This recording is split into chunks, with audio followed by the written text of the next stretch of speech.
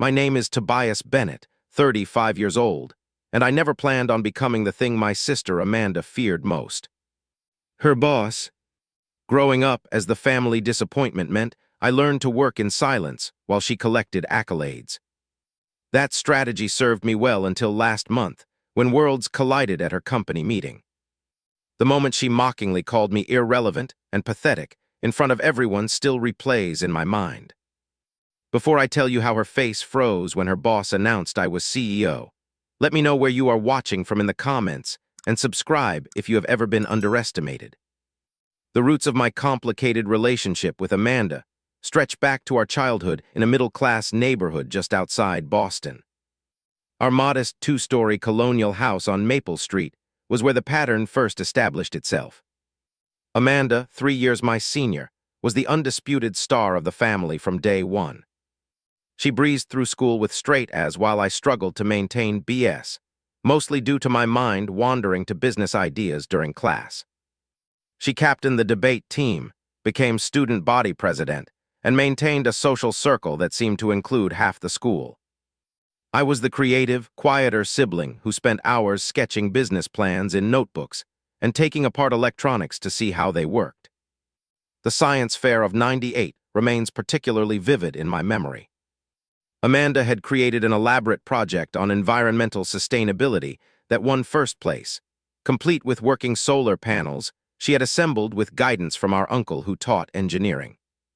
My project was a rudimentary computer program that tracked spending habits and suggested budget improvements. While the judges were examining her display, she wandered over to mine. "Really, Toby? A glorified calculator. This is why you never win anything," she said, loud enough for nearby contestants to hear. "Some people just have it, others just. Well, you know." Our parents unconsciously reinforced this dynamic. Dinner conversations revolved around Amanda and her latest achievement. "Amanda got the highest score on her SATs in her class," Dad would announce proudly. Mom would follow with, "And the drama teacher said she was the most natural Juliet he had ever directed." When my turn came, their responses to my ideas were always tempered. "That sounds interesting, but maybe focus on your grades first," was their constant refrain. My growing interest in computers and programming was dismissed as playing around, while Amanda was building her future. I spent countless nights teaching myself coding languages, my face illuminated by the glow of the boxy monitor in our shared computer room. Amanda would often walk by, glance at my screen, and sigh dramatically. "Still wasting time on that? You know, nobody makes real money doing that unless you go to MIT, which, let's be honest, is not happening for you." The contrast between our academic paths couldn't have been starker. Amanda's Harvard acceptance letter arrived with much fanfare. My parents threw a party, invited the extended family, and even had a cake decorated with Harvard crimson. 3 months later, my acceptance to the local community college was acknowledged with a simple, "That's nice, at least you're continuing your education." I had chosen it deliberately, knowing it was affordable and would leave me time to work on my tech projects, but no one understood that strategy. During Thanksgiving break of Amanda's sophomore year at Harvard, she brought home 3 friends from her economics program. They were all polished, confident, and dripping with privilege. As we sat around the dining table, Amanda prompted me to share my latest project idea with them, something I had been excited about. A peer-to-peer file sharing system with enhanced security features. "My brother thinks he is going to be the next Bill Gates," she said with a smirk. Her friends exchanged knowing looks before one of them, a guy named Trevor, asked me in a condescending tone whether I had considered the regulatory implications and market penetration challenges. Before I could answer, another friend jumped in with statistics about tech startup failure rates. The conversation moved on before I could defend myself, and I noticed Amanda looking pleased with herself. The divergence in our paths became even more pronounced when I made the decision to drop out of college during my second year. I had been developing a security algorithm that showed promise, and I wanted to pursue it full-time. When I announced this at a family dinner, you would have thought I had declared my intention to become a professional bank robber. "You cannot be serious," my mother said, putting down her fork with a clatter. This is exactly the problem with your generation, my father added. No commitment. Amanda, home for spring break, simply laughed. Well, I guess someone has to fill those entry-level IT positions. Not everyone can handle higher education. The final insult came at Amanda's graduation party. The backyard was decorated with Harvard banners, and relatives kept asking her about her job offers from prestigious consulting firms. When someone finally asked about me, Amanda put her arm around my shoulder and said loudly, "Toby is still finding himself. But don't worry, when he is ready for a real job, I told him he can always come begging to me. Every company needs someone to fix the printers, right?" Everyone laughed, including my parents. I smiled tightly and excused myself shortly after. That night, I made the decision to move out of my parents' house and into a tiny studio apartment across town. I needed space away from the constant comparisons and subtle digs. I was 23, and it was time to chart my own course away from Amanda's shadow. The last dinner we had together before our paths truly diverged was at my parents' house, a month after I had moved out. Amanda had just accepted a job at a marketing firm in New York, and the conversation centered around her starting salary and the apartment she would be renting in Manhattan. "What about you, Tobias? Any progress with that computer hobby of yours?" my father asked, almost as an afterthought. Before I could answer, Amanda interjected. "Dad, be real. Hobbies don't pay rent. Toby will figure it out eventually, but he needs to accept that not everyone gets to do what they love. Some of us are just meant for success and others." She trailed off, gesturing vaguely in my direction. I looked around at my family and realized they would never see me clearly until I succeeded on my own terms. So I simply smiled and said, "You might be surprised." None of them understood that this was the last time I would discuss my ambitions with them. From that point on, I decided to work in silence and let success speak for itself. My journey to success began in the most humble circumstances imaginable. While Amanda was settling into her corner office with a view of the Manhattan skyline, I was working night shifts at a 24-hour convenience store in Cambridge. The pay was minimal, but the overnight hours from midnight to 8 in the morning gave me what I needed most: uninterrupted time to code on my laptop during slow periods when the store was empty. During one particularly slow night shift in February, a man in his 50s came in around 3 in the morning. He bought a coffee and noticed me working on complex algorithms on my laptop. Instead of leaving, he lingered, asking questions about what I was developing. That man was Jackson Williams, a former executive at one of the largest tech companies in the world who had retired early and was now looking to mentor promising talent. Our chance meeting would change everything. "This security protocol you're developing could solve a significant problem in the industry," Jackson said after I explained my project. "But you need resources to fully realize it." Jackson became my mentor, meeting with me weekly at a local diner where we would discuss both technical aspects and business strategy. Under his guidance, I refined my data security algorithm during sleepless nights, fueled by cheap coffee and determination. The algorithm I was developing could protect sensitive data during transfers in a way that existing solutions couldn't match. "The next step is to find investors," Jackson advised after 6 months of development. "But prepare yourself for rejection. It is part of the process." He wasn't exaggerating about the rejection. Over the next 8 months, I pitched my technology to 17 different investors. Each one dismissed my vision with varying degrees of politeness. Some said the market was saturated, others claimed my solution was too complex for widespread adoption, and a few simply didn't believe someone without an Ivy League degree or significant industry experience could develop something truly innovative. The kid from community college with no formal qualifications wants $300,000 for his security algorithm. "Come back when you have some real experience," one particularly dismissive venture capitalist told me, not even attempting to hide his contempt. The 18th meeting was different. Angela Torres, a small angel investor who had made her fortune in telecommunications, agreed to meet me at her office in downtown Boston. Unlike the others, she tested my algorithm personally, asking pointed questions and challenging my assumptions. "This will work," she said finally. "And I want in before someone else realizes what you have built. $250,000 for 20% equity. Take it or leave it." I took it, of course.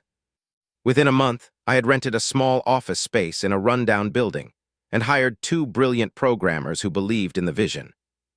Raj Patel, a security expert who had been overlooked at his corporate job, and Lucia Fernandez, a coding prodigy who had dropped out of Stanford after becoming disillusioned with traditional education paths. We called ourselves SecureFlow Technologies, a name I chose specifically because it revealed nothing about me personally. I wanted our work to stand on its own merits. Our breakthrough moment came 18 months later. A major financial institution had been struggling with a series of data breaches that existing security measures couldn't prevent. Their chief security officer, desperate for a solution, took a chance on our small, unknown company. Our security protocol not only prevented further attacks, but identified vulnerabilities no one else had detected. Word spread quickly through the industry, and suddenly the phone wouldn't stop ringing.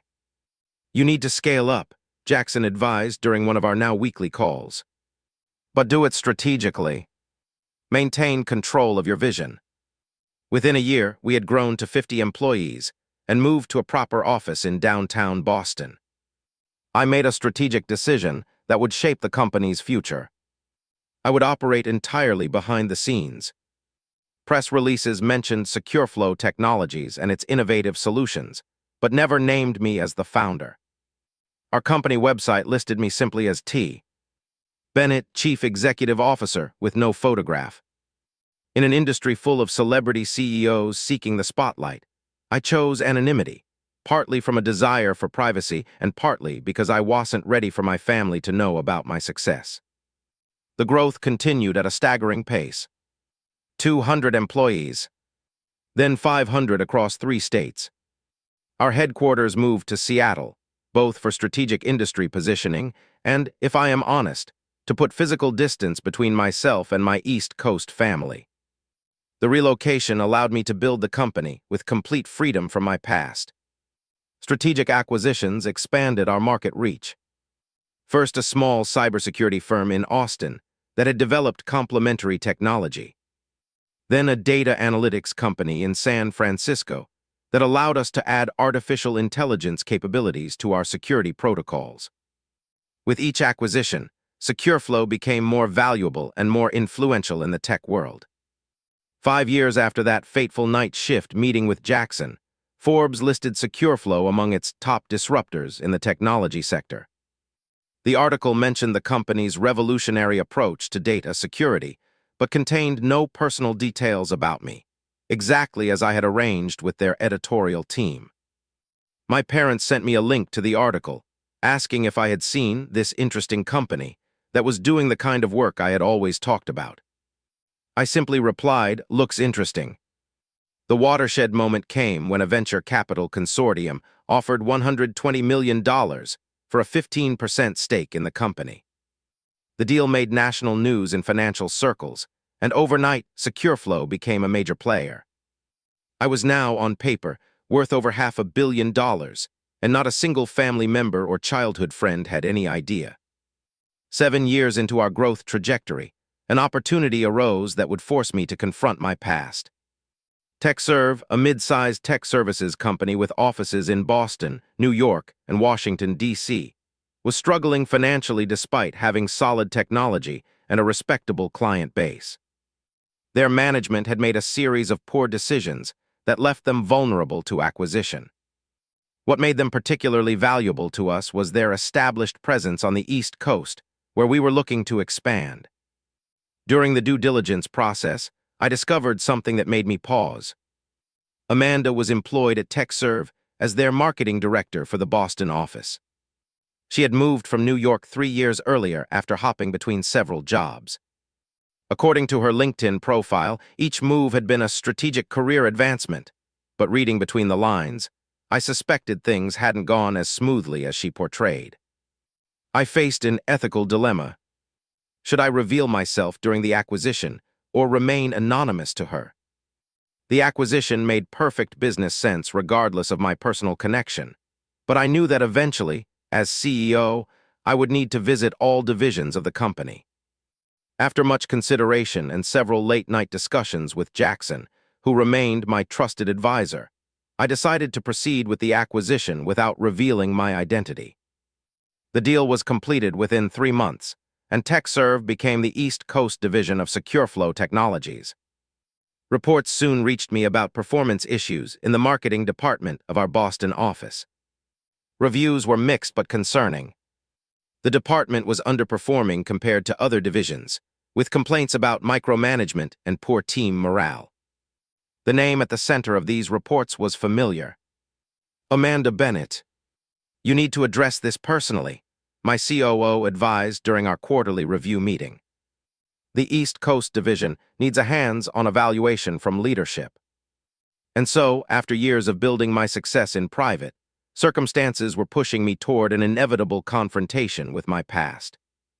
I booked my flight to Boston, knowing that after years of working in silence, it was finally time for my success to speak for itself. While I was quietly building SecureFlow from nothing, Amanda was following a very different career trajectory. Her initial success came quickly, as expected by everyone who knew her. Landing a position at Blake & Morrison, a prestigious New York marketing firm, straight out of Harvard had been exactly the sort of achievement our parents had come to expect from her. Her LinkedIn profile and Instagram feed were filled with power lunches, client meetings, and team outings at exclusive venues. From the outside, she appeared to be living the dream she had always talked about.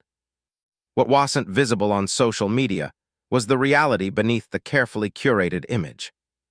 About 3 years into her New York career, Amanda experienced her first significant professional setback. Blake & Morrison underwent a leadership change, and the new management team had different priorities and favorites. Amanda, who had thrived under the previous leadership, suddenly found herself sidelined from major projects. Her calls to our parents became less frequent, and when they did happen, she would quickly divert conversations away from work. Over the next 5 years, Amanda moved between 3 different marketing positions, each time presenting the change as a strategic career move. I am taking a role with more growth potential, or this new company is more innovative, she would explain at family gatherings.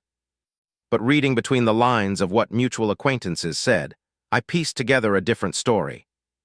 Conflict with management, difficulty adapting to changing market conditions, and an unwillingness to take direction from others. The rare times we found ourselves at the same family gatherings, Amanda maintained her air of superiority despite these career struggles. At our cousin Sarah's wedding, she cornered me during the reception. "Still doing that computer stuff?" she asked, sipping champagne and barely making eye contact. "Something like that," I replied vaguely. By this point, SecureFlow had over 300 employees, and I had just closed our second major funding round. "Well, persistence is admirable, I suppose," she said with that familiar condescending smile. "I just expanded my team to 15 people. Leadership material must run in one side of the family, at least." I simply nodded, fighting back the urge to reveal the truth that I now led a company of hundreds with offices in 4 cities. But the time wasn't right, and something in me wanted to wait for the perfect moment. According to her personnel file, which I reviewed during the TechServe acquisition, Amanda had joined them as a marketing manager 5 years after her initial New York position. She had worked her way up to marketing director of the Boston office, a solid mid-level executive position that looked impressive on paper, but was several tiers below the C-suite status she had always envisioned for herself by this stage in her career. Her performance reviews at TechServe told a complex story. On one hand, she was recognized for her creativity, strategic thinking, and ability to deliver polished presentations to clients. On the other hand, multiple reviews noted concerns about her management style, with comments like, "can create a challenging team environment," and sometimes struggles with collaborative approaches. One particularly candid review noted, "Amanda has significant talent, but could benefit from leadership coaching to address issues with accepting feedback, and working inclusively with team members. Our contact over the years had dwindled to minimal interactions, primarily at holiday gatherings and the occasional family emergency. 2 Christmases before the acquisition, we had found ourselves sitting across from each other at our parents' dining room table, the same table where Shed once mockingly predicted I'd come begging her for a job. "So, Toby, Mom mentioned you're working at some tech company now," she asked, cutting into her turkey. "Something like that," I replied with the same intentional vagueness I'd been using for years. "Well, I just landed the director position at TechServe," she announced. "Full marketing department under my leadership. 30% salary bump and equity options." She detailed her accomplishments while I listened quietly, knowing that in a matter of months, I would be closing a deal that would put the company valuation over $1 billion. Our father had suffered a heart attack the following spring, bringing us briefly closer as we took turns staying with him during his recovery. For a few weeks, the old rivalry was set aside as we focused on his care. I saw glimpses of the sister I'd wanted growing up. Caring, funny, and capable. But as Dad improved, the familiar patterns reemerged. She began making comments about my taking time off work, implying that my job must not be very important if I could be away so easily. What she didn't know was that I was running global operations remotely during the nights while she slept. When the news of TechServe's acquisition by SecureFlow Technologies was announced internally, Amanda called me in a panic. It was one of our few non-holiday conversations in years. "They are restructuring the whole company," she said without even saying hello first. "Some Seattle tech firm called SecureFlow is acquiring us." "Have you heard of them?" The irony was almost too perfect. "I might have read something about them," I replied carefully. "Corporate vultures," she continued, unaware she was describing me. "They'll probably clean house and bring in their own people. I've worked too hard to lose my position to some tech bros from the West Coast." "Maybe it will work out better than you expect," I offered, fighting to keep my voice neutral. "Easy for you to say. You're not the one with a career on the line," she snapped. "Some of us have worked hard to get where we are." That comment, so dismissive and so familiar, solidified my decision. The East Coast Division did need hands-on intervention from leadership, and I would deliver it personally. After 7 years of building in silence, the time had finally come for a long overdue reckoning. Planning my first official visit to our new East Coast Division headquarters in Boston required careful consideration. As CEO, I typically visited new acquisitions within the first quarter of integration, so my presence wouldn't raise suspicions. However, this particular visit carried personal significance that required strategic handling. I decided to inform only one person about my true identity and connection to Amanda. Mark Thompson, the division director who had been retained after the acquisition. Mark needed to understand the full context to help navigate what could become a complicated situation. "There's something you should know before my visit next week," I told Mark during our private video call. I explained my relationship with Amanda and our history, emphasizing that I wanted no special treatment for her, positive or negative. "That's unexpected," Mark said, looking visibly surprised. "How do you want to handle this?" "Don't tell her." "Don't tell anyone," I instructed. "I want to see how things function naturally." The company-wide announcement should simply state that the CEO is visiting to discuss restructuring. No names, no photographs. Mark agreed, and the next day, a company-wide email went out to all East Coast employees. "We are pleased to announce that the CEO of SecureFlow Technologies will be visiting the Boston office next Thursday to discuss our integration and future directions. All department heads are requested to prepare brief presentations on current projects and challenges." Within an hour of the announcement, Amanda sent me a text. "Company being taken over. Big restructuring meeting next week. Everyone's nervous about job cuts. Wish me luck." I responded strategically. "I'm sure you'll make a strong impression." "You always do." The double meaning was lost on her. I spent the flight to Boston on my private jet rehearsing different ways the revelation might unfold. Part of me wanted a dramatic moment of recognition, a vindication of all the years she had dismissed my potential. Another part, perhaps the more mature side, hoped for a professional and dignified interaction that could possibly open the door to a better relationship moving forward. Either way, I knew that after tomorrow, our family dynamic would be forever changed. The night before the meeting, I barely slept in my hotel suite overlooking Boston Harbor. I found myself standing at the window at 3 in the morning, watching the city lights reflect on the water, thinking about how far I had come from that convenience store night shift. The next morning would bring a confrontation 7 years in the making. As I dressed for the day, I deliberately chose my standard CEO attire. Premium dark jeans, a cashmere sweater over a collared shirt, and my signature minimalist sneakers. This Silicon Valley casual style contrasted with the more formal East Coast business environment, but it was authentically me. I would not pretend to be someone else, even for this moment. I arranged to arrive at the office an hour before the scheduled all-hands meeting. Mark met me in the lobby, professional but with an undercurrent of nervous energy. "Everything is set," he confirmed quietly. "Nobody knows except me. I'd like to observe operations informally before the meeting," I told him. "Let's tour the facility without announcing who I am." From the office window of Mark's temporary office, I watched employees arriving in the parking lot. I spotted Amanda immediately, stepping out of her white Audi, checking her reflection in the window before marching toward the entrance with the confident stride I remembered from our childhood. She looked successful and polished in her tailored blazer and heels, every inch the corporate executive she had always aspired to be. "The marketing department is on the 3rd floor," Mark explained as we began our tour. "They're preparing their presentation for the meeting. Amanda has been quite vocal about wanting to make a strong impression on the new leadership." "I'm sure she has," I replied, unable to suppress a small smile. "Let's see the marketing department first."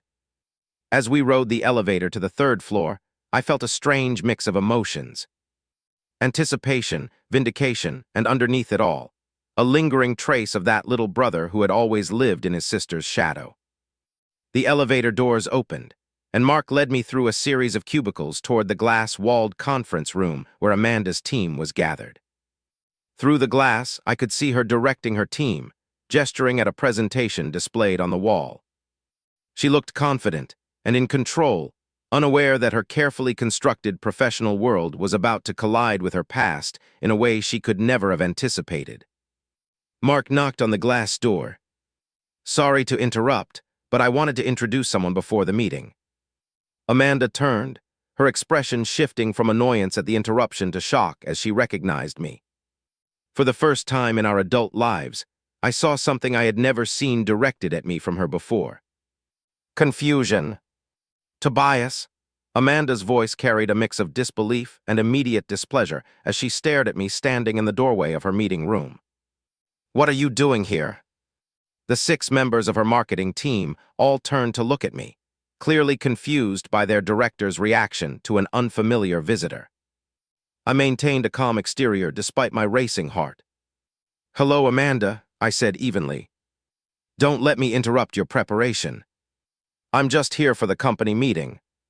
She quickly excused herself from her team and pulled me by the arm into the hallway, her perfectly manicured nails digging slightly into my sleeve.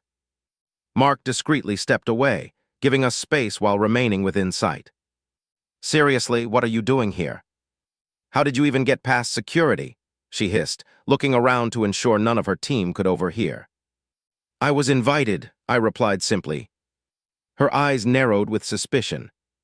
"Invited? By whom? Do you know someone here?" Then a new thought seemed to dawn on her.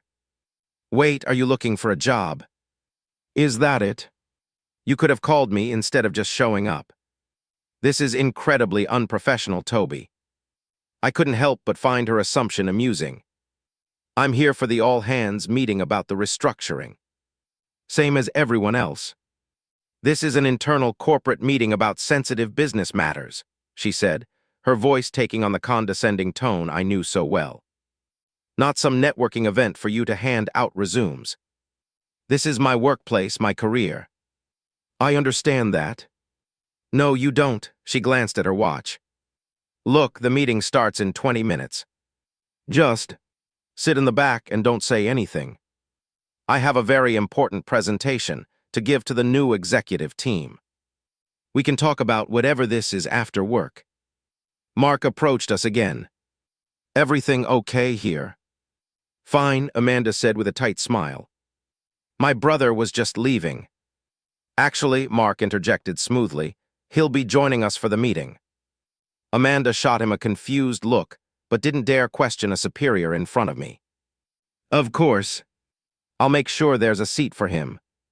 As promised, when I entered the large conference room 10 minutes later, Amanda had arranged a chair for me in the back row, as far from the presentation area as possible. The room was filling up with employees from various departments, all in business attire and carrying notebooks or tablets. Amanda was at the front, arranging her presentation materials and occasionally glancing back at me with obvious discomfort. Mark called the meeting to order precisely at 10 o'clock. Good morning, everyone. Thank you for gathering today. As you know, SecureFlow Technologies has acquired TechServe with the goal of establishing a strong East Coast presence. Today, we'll be discussing the integration process and future directions. Amanda raised her hand immediately. Mark, will the marketing department have an opportunity to present our current campaigns? We've prepared a comprehensive overview. Yes, all departments will have time to present, Mark assured her. But first, we're waiting for one more person before we begin the substantive discussions. Amanda shot a pointed look in my direction, clearly assuming Mark was talking about someone other than her unemployed brother sitting in the back. She turned to a colleague beside her and whispered something. The colleague looked back at me, and then whispered a response that made Amanda smile smugly. As the minutes ticked by and Mark handled some preliminary matters, Amanda became increasingly bold in her side conversations.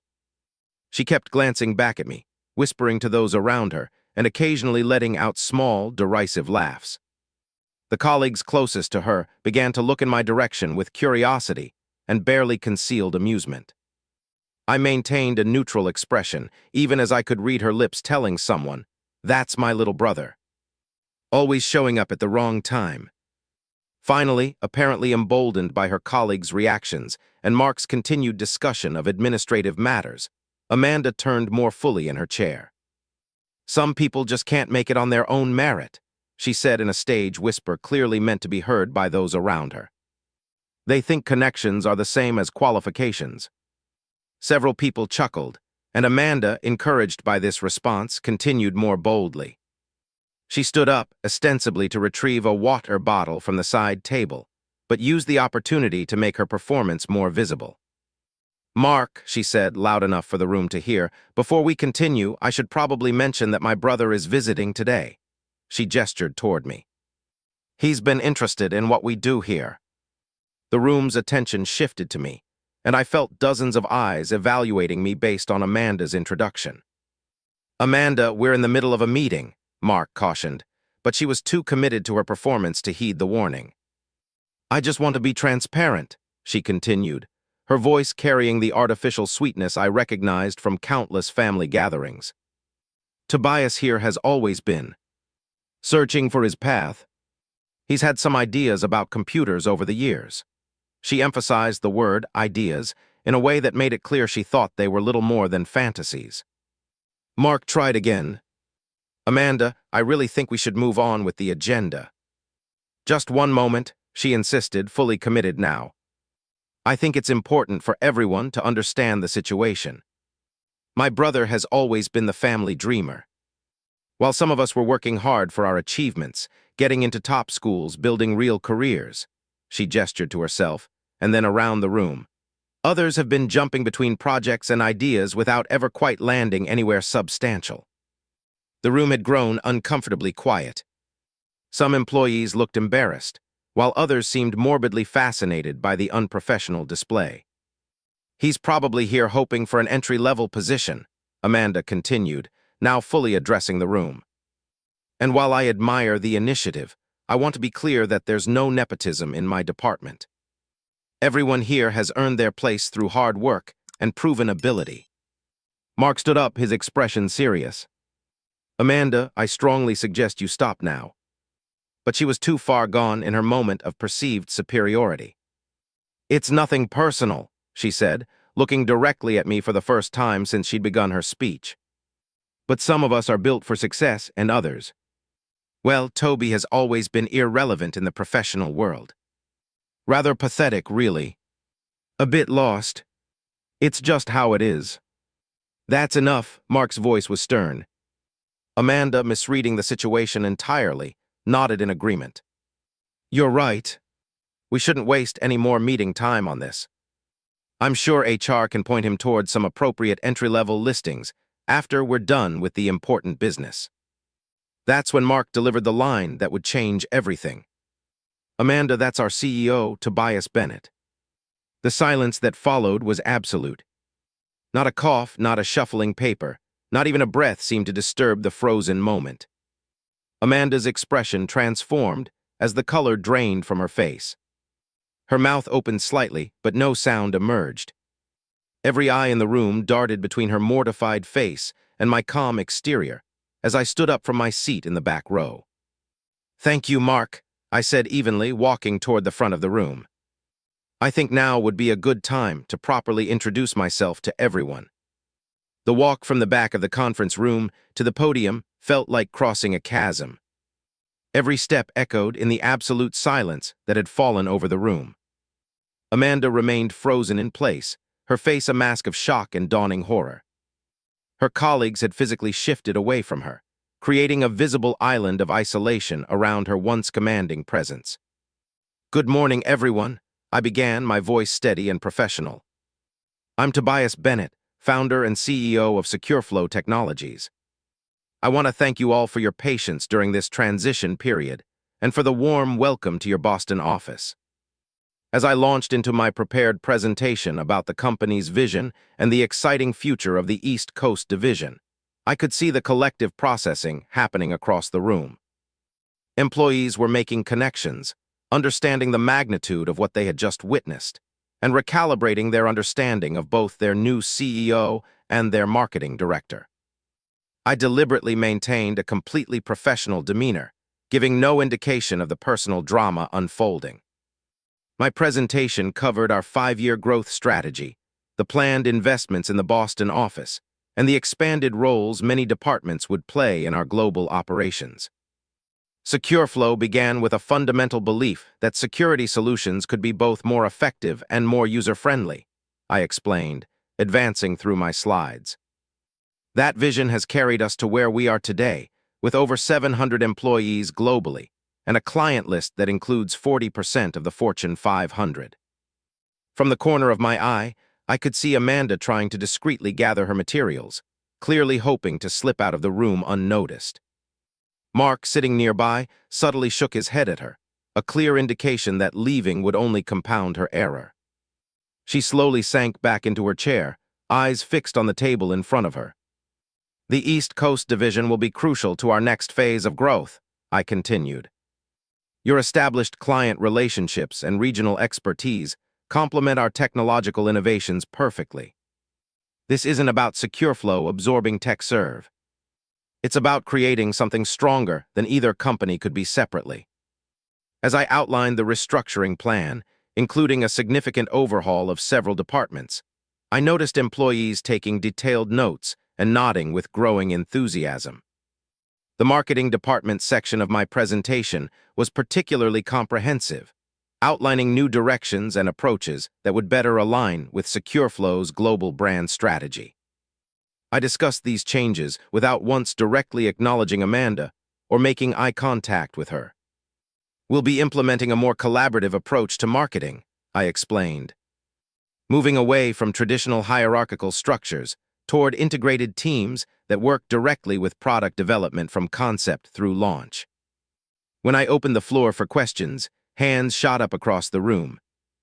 I fielded inquiries about everything from technical integration challenges to company culture, providing detailed responses that demonstrated both my technical knowledge and my clear vision for the company.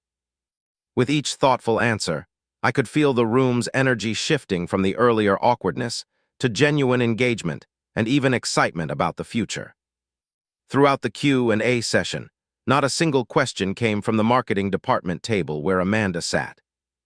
Her team members, perhaps sensing the shifting power dynamics, directed their attention entirely to me rather than their immediate superior.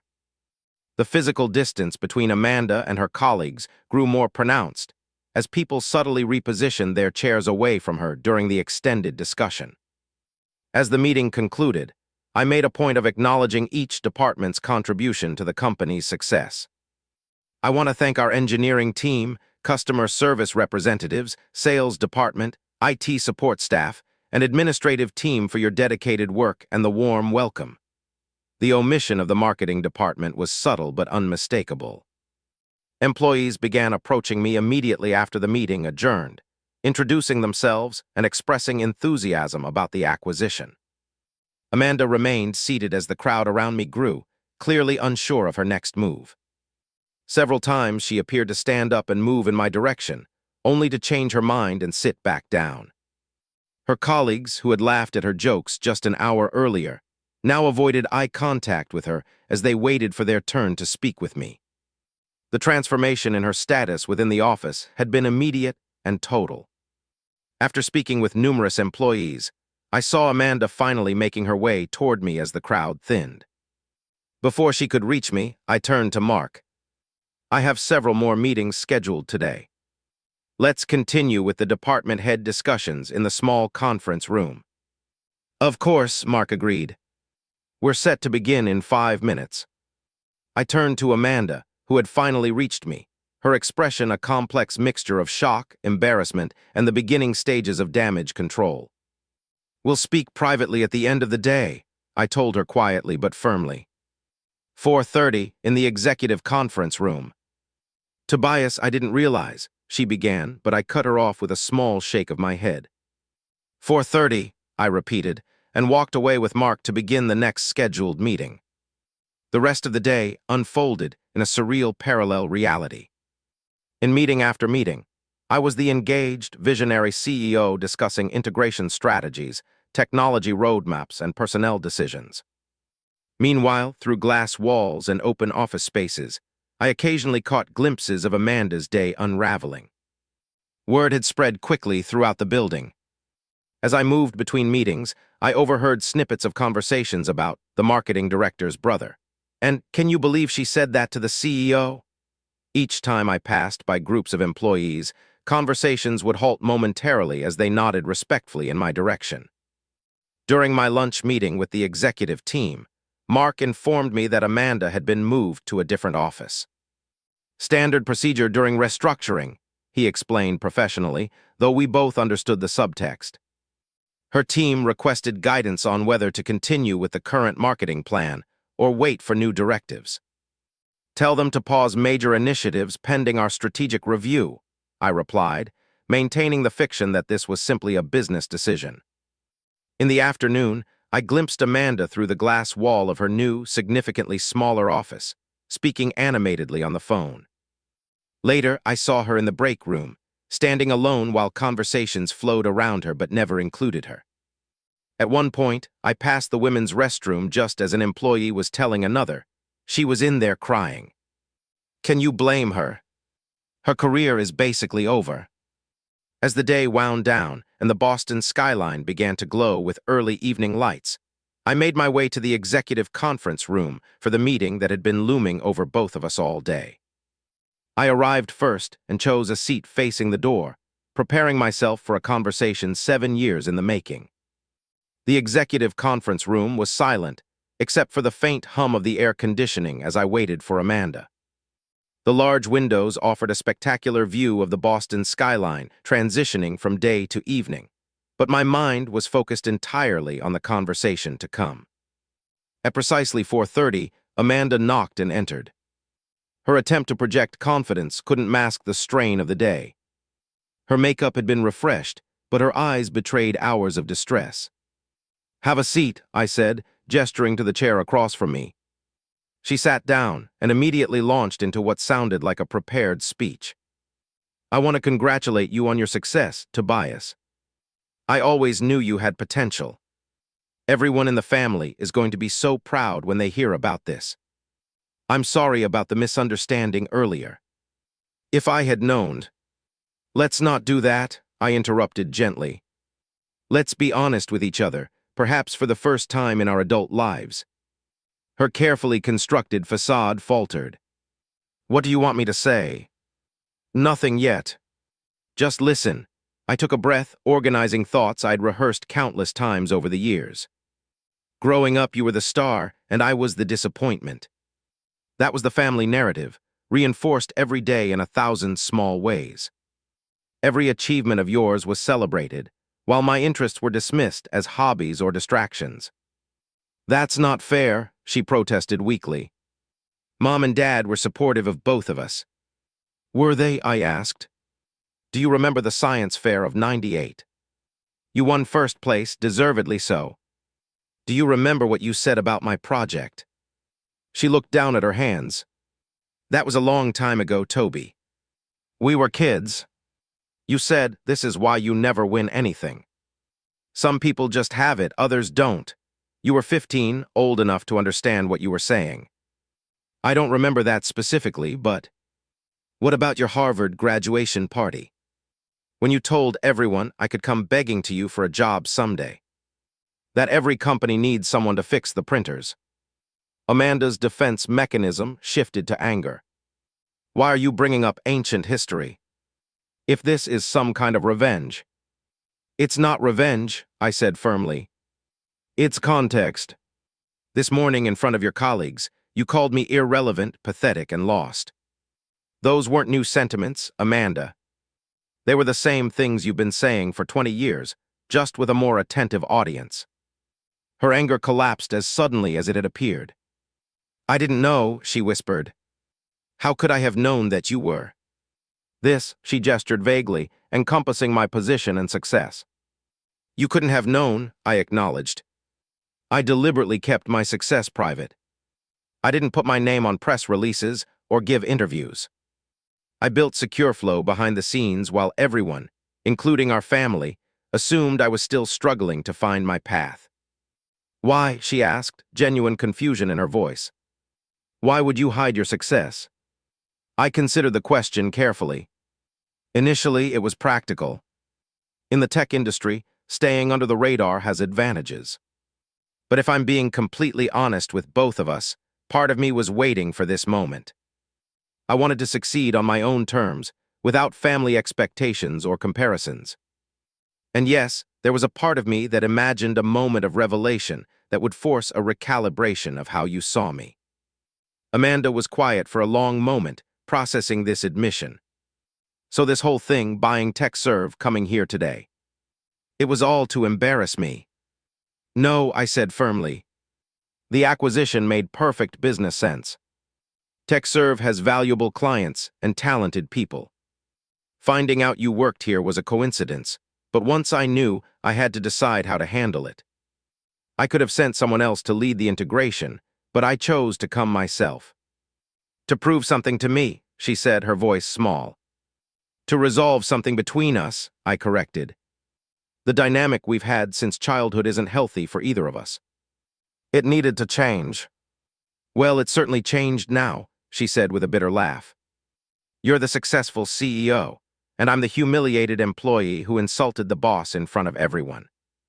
Are you going to fire me? The question hung in the air between us. I had considered this carefully over many sleepless nights leading up to this meeting. No, I said finally. I'm not going to fire you. But things will change. Relief flickered across her face, quickly replaced by wariness. What does that mean? The marketing department is being restructured. We're implementing a collaborative team model rather than the traditional hierarchy. You have two options. You can join as a senior marketing strategist, reporting to our new East Coast marketing director who'll be relocating from Seattle, or you can accept a generous severance package. She absorbed this information silently, understanding the significant demotion being offered as an alternative to termination. And if I stay? Then we establish clear boundaries. Professionally, you'll be evaluated on your work like any other employee. No special treatment, positive or negative. Personally, we begin the work of building a healthier relationship as siblings, which will take time and effort from both of us. Amanda looked out at the darkening sky, tears forming in her eyes. I don't know how to be anything but what I've always been, she admitted. The successful one, the one with all the answers. I understand that, I said, my voice softening. Our family dynamics shaped both of us. They pushed me to prove myself in silence, and you to maintain an image of perfection at all costs. Neither path led to happiness. She wiped away a tear. I've been horrible to you, haven't I? Not just today, but for years. At times, I acknowledged. But I think you were also trapped in a role that became increasingly difficult to maintain. The golden child has her own burdens. For the first time in our adult lives, Amanda laughed without a trace of mockery. When did my little brother get so wise? Somewhere between being called pathetic and running a global technology company, I replied with a small smile. The conversation shifted then, becoming more honest than any we'd had before. Amanda admitted to the struggles she'd faced in her career, the constant pressure to project success even when facing setbacks. I shared the lonely aspects of building SecureFlow, the milestone achievements celebrated alone because I couldn't share them with family. As the office emptied and night fell completely over Boston, we agreed to a new beginning. Amanda would take the weekend to consider the job offer, and regardless of her professional decision, we would have dinner with our parents the following week to share the truth about my career. That dinner proved to be another revelation. Our parents sat stunned as I finally told them about founding SecureFlow, the company's growth, and my current position. Their shock gave way to pride, but also visible regret as they recognized the years of achievements they had missed. Why didn't you tell us? My mother asked, tears in her eyes. I wasn't ready, I answered honestly. I needed to build something that was entirely mine, without expectations or comparisons. Amanda, to her credit, remained supportive throughout the dinner, no longer attempting to dominate the conversation or redirect attention to herself. The family dynamic, established over decades, began its slow transformation that night. The months that followed brought significant changes. Amanda decided to accept the senior strategist position, a difficult adjustment that required genuine humility. Working under a new director after years of leadership tested her in ways that ultimately proved valuable for her personal growth.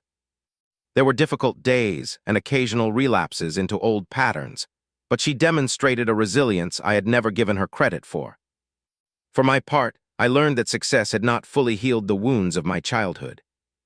The vindication I had imagined feeling gave way to a more complex reality. True freedom came not from proving my worth to others, but from no longer needing their validation to recognize my own value. Our relationship as siblings remains a work in progress. The habits and dynamics of a lifetime don't change overnight, or even over months. There are still awkward moments in meetings when her colleagues remember that humiliating day, still family gatherings where our parents sometimes slip into old patterns before catching themselves. But there are also new traditions. Monthly dinners where shop talk is banned, honest conversations about our struggles and successes, and a growing understanding that neither of us needs to diminish the other to shine. The true measure of success, I've come to realize, isn't found in company valuations or corner offices.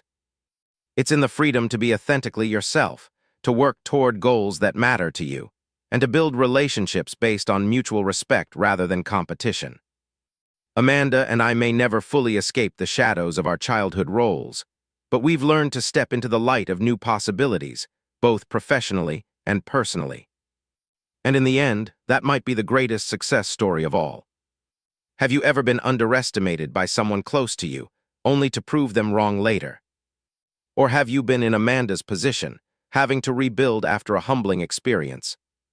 Share your story in the comments below. Sometimes the most powerful growth comes from our most challenging relationships. If this story resonated with you, please like and subscribe for more real-life lessons that remind us success is about more than just career achievements. Thank you for joining me on this journey, and remember, the people who underestimate you today might be working for you tomorrow.